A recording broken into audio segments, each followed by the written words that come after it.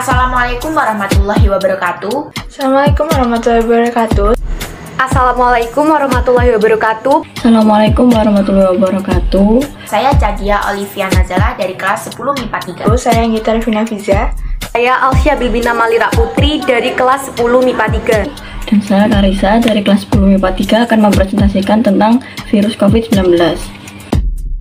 COVID-19 atau Coronavirus Disease 2016 adalah sebuah penyakit baru yang disebabkan oleh SARS-CoV-2 atau yang sering kita sebut virus corona. Coronavirus adalah sebuah kumpulan virus yang menyerang sistem pernafasan. Apabila kita terjangkit virus ini, virus dapat mengakibatkan kematian. Struktur virus berukuran sangat kecil dan bersifat parasit intraseluler obligat atau menempel pada inang. Virus memiliki materi genetik RNA atau DNA untuk berbanyak diri. Materi genetik sangat penting bagi virus sehingga terlindung dalam lapisan protein atau caspid. Struktur virus corona berbentuk bola dengan ukuran besar.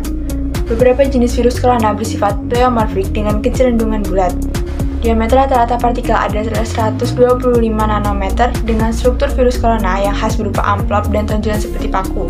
Amplop pada struktur virus corona adalah lapisan lipid ganda yang terdiri atas protein penyusun membran, envelope, dan spike. Protein E dan M sangat penting dalam membentuk selubung dan mempertahankan struktur virus corona. Struktur virus corona rata-rata memiliki 74 S permukaannya, sedangkan dalam amplop tersimpan protein nukleokaspid yang melindungi informasi genetik RNA amplop. M dan N melindungi virus corona saat berada di luar inang. Ciri-ciri virus. A. Virus corona berbentuk bulat dengan ujung lancip pada bagian luar. B. Virus corona memiliki bentuk mirip mahkota atau corona matahari. C. Pembungkus bulat pada virus corona terbuat dari lapisan lipid bilapis atau lipid bilayer. D. Bagian pinggiran luar virus corona terdapat ujung runcing yang memberi bentuk corona terbuat dari glikoprotein. E. Virus corona memiliki RNA atau asam ribonukleat sebagai materi genetik di bagian dalam. Cara replikasi virus. Yang pertama-tama virus mengikat sel melalui interaksi antara protein S dan reseptor. Yang kedua, setelah itu virus masuk ke dalam sel dan genom RNA, virus keluar dari selaput virus. Yang ketiga, kemudian sebagian genom RNA berfungsi sebagai mRNA, sebagian sebagai template untuk sintesa RNA negatif.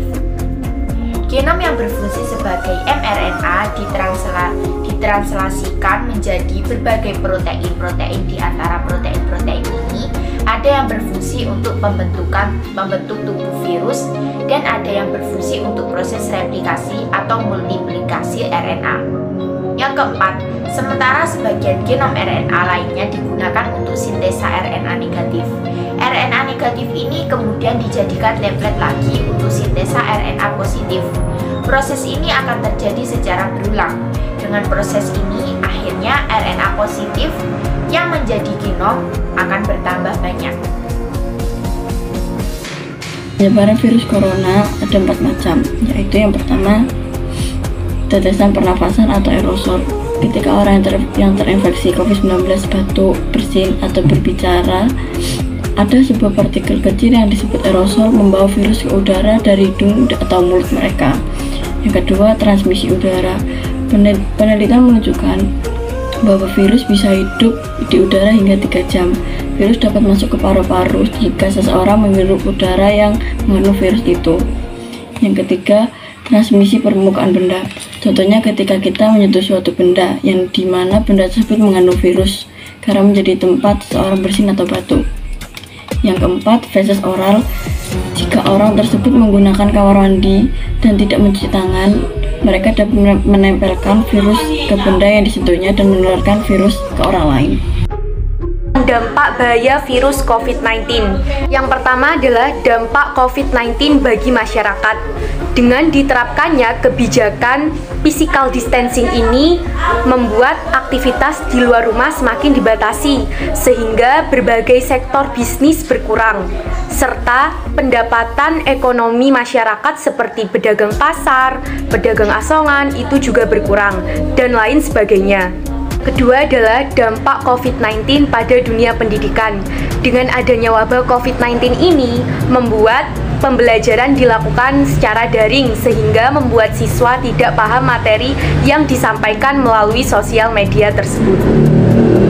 Ketiga adalah dampak COVID-19 terhadap lingkungan. Meskipun virus ini mengakibatkan beberapa dampak negatif terhadap masyarakat, akan tetapi virus ini memberikan dampak yang positif juga, yaitu yang pertama adalah kualitas udara membaik. Berhentinya sebagian besar kegiatan industri yang ada di berbagai belahan dunia membuat polusi udara berkurang secara drastis. Kedua adalah dunia baru untuk satwa liar. Banyak hewan-hewan yang muncul karena ketidakhadiran manusia. Berkurangnya kendaraan yang melintas di jalan membuat banyak hewan kecil bermunculan dari tempat persembunyiannya. Upaya yang dilakukan untuk mencegah terjangkitnya virus corona sebagai berikut. 1. Menjaga pola makan dan makan makanan yang bergizi. 2. Rajin olahraga dan istirahat yang cukup. 3. Menjaga kebersihan lingkungan. 4. Mencuci tangan dengan sabun. 5. Menutup mulut ketika bersin atau batuk. 6. Minum air mineral minimal 8 gelas per hari. 7. Memeriksakan diri apabila merasa demam atau sesak. 8. Dan yang paling penting adalah selalu jaga jarak dan pakai masker. Apabila kita terjangkit virus corona, kita akan mengalami gejala-gejalanya. Gejala-gejalanya dibagi menjadi 3. Yang pertama adalah gejala yang paling umum. Gejala yang paling umum itu seperti demam, batuk, kelelahan, dan kehilangan rasa bau.